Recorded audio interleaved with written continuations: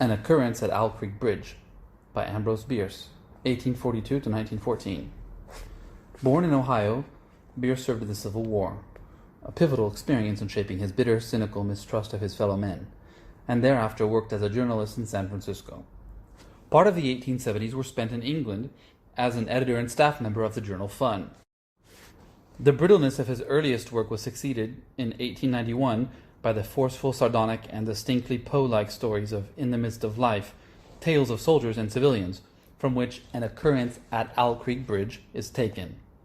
Fantastic Fables, 1899, and The Devil's Dictionary, 1911, are principal collections of his savage, socially oriented humor. Overwhelmed by disgust at civilization in general, and American civilization in particular, he traveled to Mexico in 1913, a country then ravaged by civil war and sometimes extraordinary violence. There he vanished from sight. The date of his death, and everything about his final years, is still entirely conjectural. An Occurrence at Owl Creek Bridge. Part 1. A man stood upon a railroad bridge in northern Alabama, looking down into the swift water 20 feet below. The man's hands were behind his back, the wrists bound with a cord. A rope loosely encircled his neck. It was attached to a stout cross timber above his head, and the slack fell to the level of his knees. Some loose boards laid upon the sleepers supporting the metals of the railway supplied a footing for him and his executioners, 2 private soldiers of the Federal Army, directed by a sergeant who in civil life may have been a deputy sheriff. At a short remove upon the same temporary platform was an officer in the uniform of his rank, armed. He was a captain.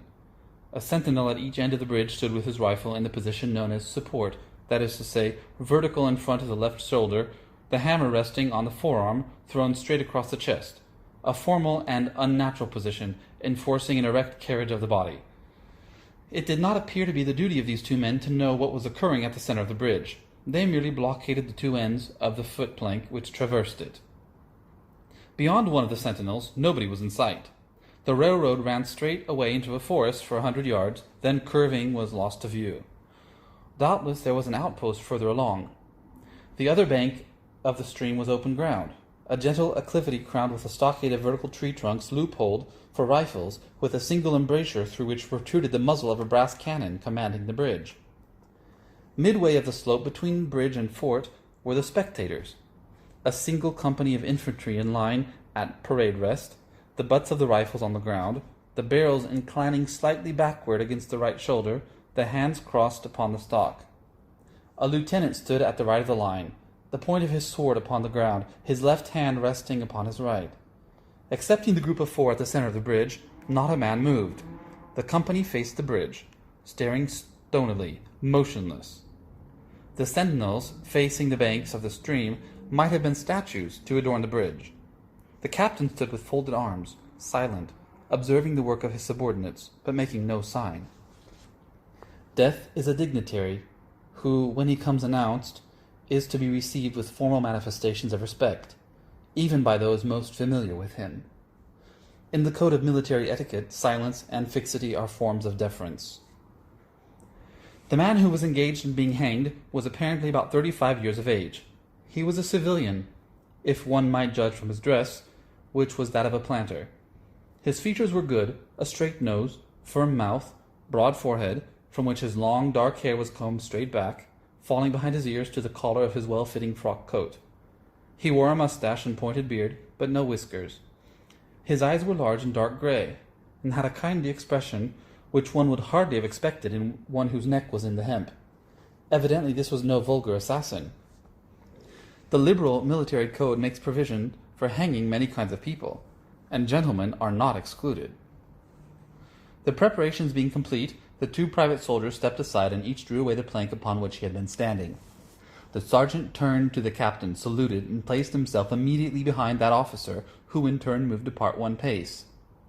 These movements left the condemned man and the sergeant standing on the 2 ends of the same plank, which spanned 3 of the cross ties of the bridge. The end upon which the civilian stood almost, but not quite, reached a 4th. This plank had been held in place by the weight of the captain. It was now held by that of the sergeant. At a signal from the former, The latter would step aside, the plank would tilt, and the condemned man go down between two ties. The arrangement commended itself to his judgment as simple and effective. His face had not been covered, nor his eyes bandaged. He looked a moment at his unsteadfast footing, then let his gaze wander to the swirling water of the stream racing madly beneath his feet.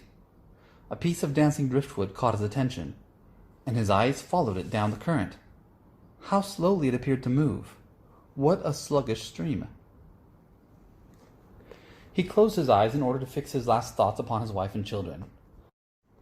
The water, touched to gold by the early sun, the brooding mists under the banks at some distance down the stream, the fort, the soldiers, the piece of drift, all had distracted him, and now he became conscious of a new disturbance.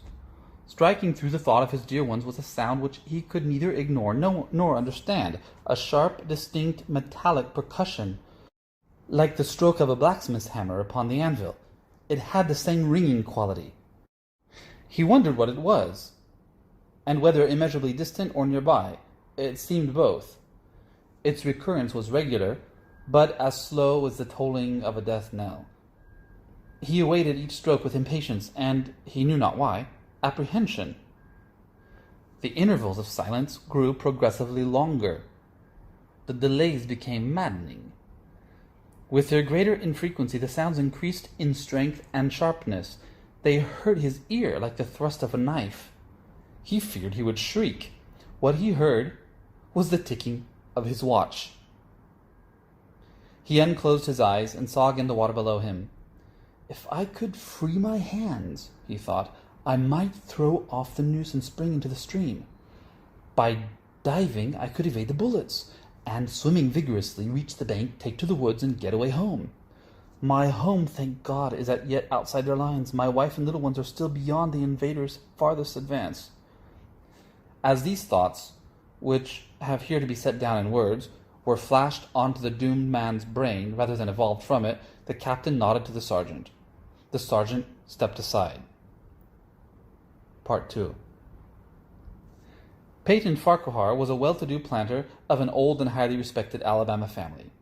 Being a slave owner and, like other slave owners, a politician, he was naturally an original secessionist and ardently devoted to the Southern cause.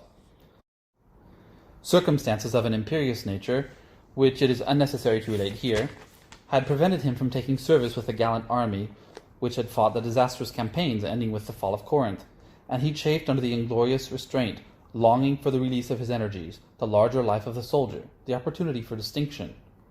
That opportunity he felt would come, as it comes to all in wartime. Meanwhile he did what he could. No service was too humble for him to perform in aid of the South, no adventure too perilous for him to undertake if content with the character of a civilian who was at heart a soldier, and who in good faith and without too much qualification assented to at least a part of the frankly villainous dictum that all is fair in love and war. One evening, while Farquhar and his wife were sitting on a rustic bench near the entrance to his grounds, a grey-clad soldier rode up to the gate and asked for a drink of water. Mrs. Farquhar was only too happy to serve him with her own white hands. While she was gone to fetch the water, her husband approached the dusty horseman and inquired eagerly for news from the front. "The Yanks are repairing the railroads," said the man, "and are getting ready for another advance. They have reached the Owl Creek Bridge, put it in order, and built a stockade on the north bank. The commandant has issued an order, which is posted everywhere, declaring that any civilian caught interfering with the railroad, its bridges, tunnels, or trains, will be summarily hanged. I saw the order." "How far is it to the Owl Creek Bridge?" Farquhar asked. "About 30 miles. "Is there no force on this side of the creek?" "Only a picket post half a mile out, on the railroad, a single sentinel at this end of the bridge. Suppose a man, a civilian and student of hanging, should elude the picket post and perhaps get the better of the sentinel," said Farquhar, smiling. "What could he accomplish?" The soldier reflected. "I was there a month ago," he replied. "I observed that the flood of last winter had lodged a great quantity of driftwood against the wooden pier at this end of the bridge. It is now dry and would burn like tow." The lady had now brought the water, which the soldier drank. He thanked her ceremoniously, bowed to her husband, and rode away. An hour later, after nightfall, he repassed the plantation, going northward in the direction from which he had come. He was a Federal scout. Part 3. As Peyton Farquhar fell straight downward through the bridge, he lost consciousness, and was as one already dead. From this state he was awakened, ages later it seemed to him, by the pain of a sharp pressure upon his throat, followed by a sense of suffocation. Keen, poignant agonies seemed to shoot from his neck downward through every fibre of his body and limbs. These pains appeared to flash along well-defined lines, a ramification, and to beat with an inconceivably rapid periodicity. They seemed like streams of pulsating fire, heating him to an intolerable temperature. As to his head, he was conscious of nothing but a feeling of fullness, of congestion. These sensations were unaccompanied by thought. The intellectual part of his nature was already effaced. He had power only to feel, and feeling was torment. He was conscious of motion, encompassed in a luminous cloud, of which he was now merely the fiery heart, without material substance. He swung through unthinkable arcs of oscillation like a vast pendulum. Then all at once, with terrible suddenness, the light about him shot upward with the noise of a loud splash. A frightful roaring was in his ears, and all was cold and dark. The power of thought was restored. He knew that the rope had broken, and he had fallen into the stream. There was no additional strangulation. The noose about his neck was already suffocating him, and kept the water from his lungs. To die of hanging at the bottom of a river! The idea seemed to him ludicrous. He opened his eyes in the darkness and saw above him a gleam of light. But how distant, how inaccessible!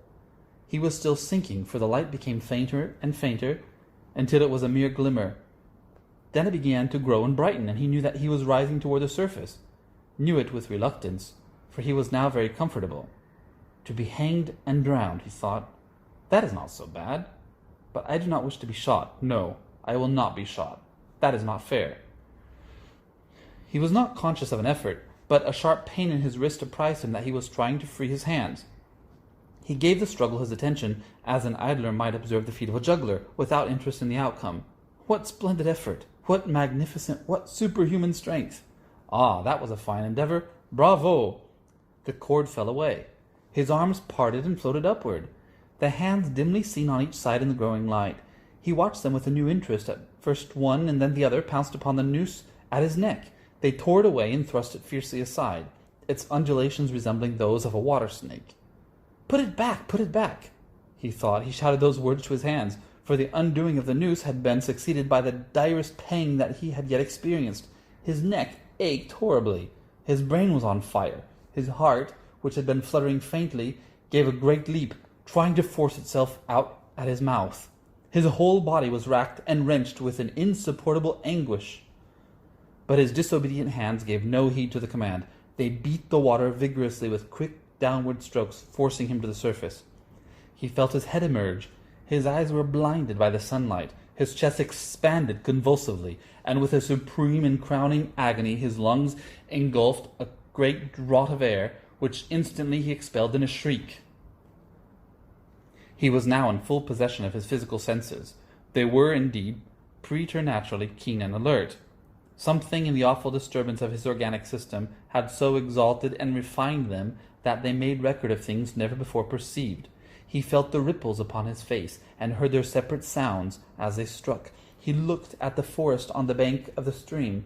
He saw the individual trees, the leaves, and the veining of each leaf, saw the very insects upon them, the locusts, the brilliant-bodied flies, the grey spiders stretching their webs from twig to twig.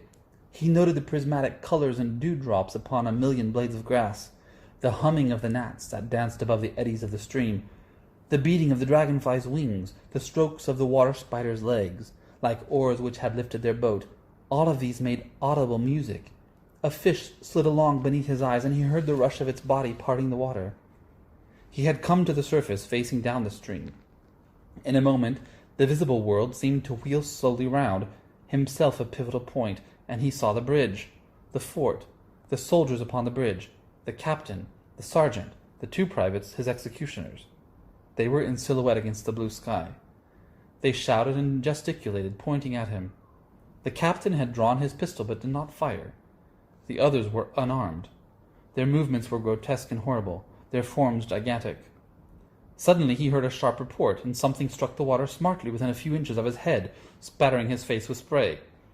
He heard the second report, and saw one of the sentinels with his rifle at his shoulder, a light cloud of blue smoke rising from the muzzle. The man in the water saw the eye of the man on the bridge, gazing into his own through the sights of the rifle. He observed that it was a grey eye, and remembered having read that grey eyes were keenest, and that all famous marksmen had them. Nevertheless, this one had missed. A counter-swirl had caught Farquhar and turned him half round. He was again looking into the forest on the bank opposite the fort. The sound of a clear, high voice in a monotonous sing-song now rang out behind him, and came across the water with distinctness that pierced and subdued all other sounds, even the beating of the ripples in his ears. Although no soldier, he had frequented camps enough to know the dread significance of that deliberate, drawling, aspirated chant. The lieutenant on the shore was taking part in the morning's work. How coldly and pitilessly, with what an even calm intonation, presaging and enforcing tranquillity in the men, with what accurately measured intervals, fell those cruel words. "Attention! Company! Shoulder, arms! Ready! Aim! Fire!" Farquhar dived as deeply as he could. The water roared in his ears like the voice of Niagara. Yet he heard the dulled thunder of the volley, and rising again toward the surface, met shining bits of metal, singularly flattened, oscillating slowly downwards. Some of them touched him on the face and hands, then fell away, continuing their descent. One lodged between his collar and his neck. It was uncomfortably warm, and he snatched it out. As he rose to the surface, gasping for breath, he saw that he had been a long time under water. He was perceptibly further downstream, nearer to safety. The soldiers had almost finished reloading. The metal ramrods flashed all at once in the sunshine as they were drawn from the barrels, turned in the air and thrust into their sockets. The two sentinels fired again, independently and ineffectually. The hunted man saw all this over his shoulder. He was now swimming vigorously with the current. His brain was as energetic as his arms and legs. He thought with the rapidity of lightning. "The officer," he reasoned, "will not make that martinet's error a second time. It is as easy to dodge a volley as a single shot. He has probably given the command to fire at will. God help me, I cannot dodge them all." An appalling plash within 2 yards of him was followed by a loud rushing sound, diminuendo, which seemed to travel back through the air to the fort, and died in an explosion which stirred the very river to its deeps. A rising sheet of water which curved over him, fell down upon him, blinded him, strangled him. The cannon had taken a hand in the game. As he shook his head free from the commotion of the smitten water, he heard the deflected shot humming through the air ahead, and in an instant it was cracking and smashing the branches in the forest beyond. "They will not do that again," he thought. "The next time they will use a charge of grape. I must keep my eyes upon the gun. The smoke will apprise me. The report arrives too late. It lags behind the missile. That is a good gun." Suddenly he felt himself whirled round and round, spinning like a top. The water, the banks, the forests, the distant bridge, fort and men, all were commingled and blurred. Objects were represented by their colors only. Circular, horizontal streaks of color. That was all he saw.